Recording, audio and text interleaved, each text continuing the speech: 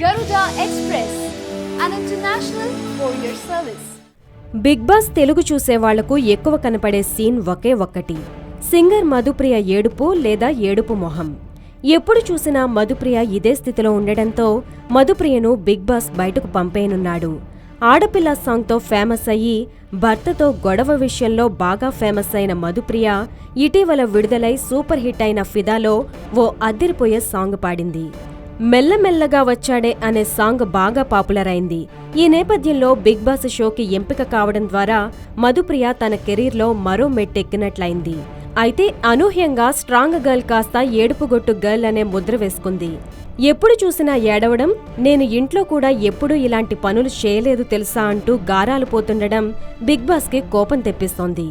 ఈ నేపథ్యంలో మధుప్రియకు ఉన్న కంటెస్టెంట్స్లో లీస్ట్ మార్కులు వచ్చినట్లు తెలుస్తోంది. ఇప్పటికైతే ఇది ఊహాగానమే అయినా బిగ్ బాస్ సరళిని బట్టి చూస్తే మధుప్రియను ఎలిమినేట్ చేయబోతున్నట్లు ఖచ్చితంగా తెలుస్తోంది. ఇదే సమయంలో వైల్డ్ కార్డ్ ఎంట్రీ ద్వారా మరో సెన్సేషనల్ సెలబ్రిటీ ఎంటర్ కాబోతోంది. రష్మి గాని అనసూయ గాని అయ్యుండొచ్చని తెలుస్తోంది.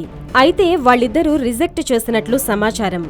మరికొందరు మాత్రం షట్లర్ గుత్తా జ్వాల అని చెబుతున్నారు. కానీ ఇది ఇంకా కన్ఫర్మ్ కాలేదు.